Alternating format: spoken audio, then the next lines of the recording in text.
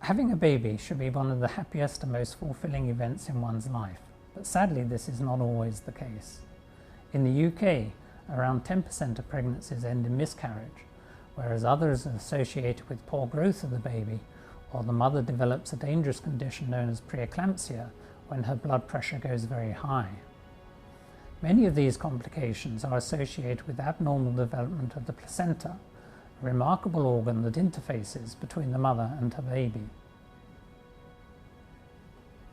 A new placenta develops at the start of each pregnancy, and for 9 months takes on the functions of many organs in the baby that are either immature or non-functional, such as the lungs, the liver and the kidneys. It also secretes a wide range of hormones which have a very powerful effect on the mother's metabolism and physiology. My particular area of research focuses on how placental development and function are influenced by the oxygen supply, and in particular how the placenta adapts to a low oxygen supply due to poor maternal blood flow. Only recently have we realized that there's no significant blood flow to the placenta during the early phase of pregnancy, typically the first 8 to 10 weeks. Up to that point, all the nutrients necessary are supplied by the glands lining the wall of the uterus, secretions which in other mammals are known as uterine milk.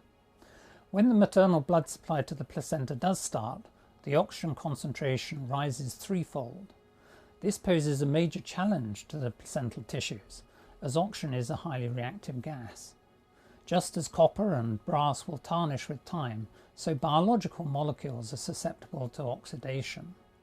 This can cause loss of function of molecules and even death of cells, a condition that we know as oxidative stress.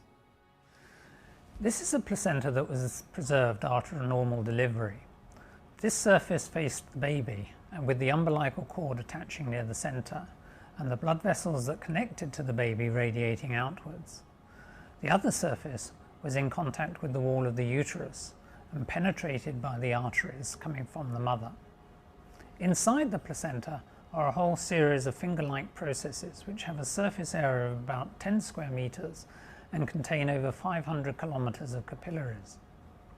This brings the baby's and the mother's blood into close contact, which is very good for oxygen exchange, but they don't actually mix. This is very important as it allows the baby to develop in its own environment, protected from the effects of the mother's female hormones, which would otherwise cause problems for the development of boys. Once one appreciates our total dependency on the placenta before birth, it is not surprising that it is revered in many cultures, often being considered a guardian angel or a twin of the baby and afforded special ceremonial rites.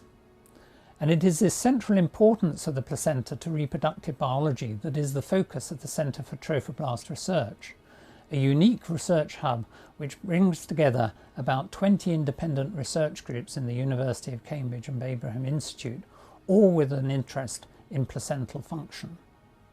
These interests range from the genetics and epigenetics of placental development through developmental biology, immunology, transport and cardiovascular physiology, metabolism, through to the epidemiology of clinical complications of pregnancy and the identification of biomarkers.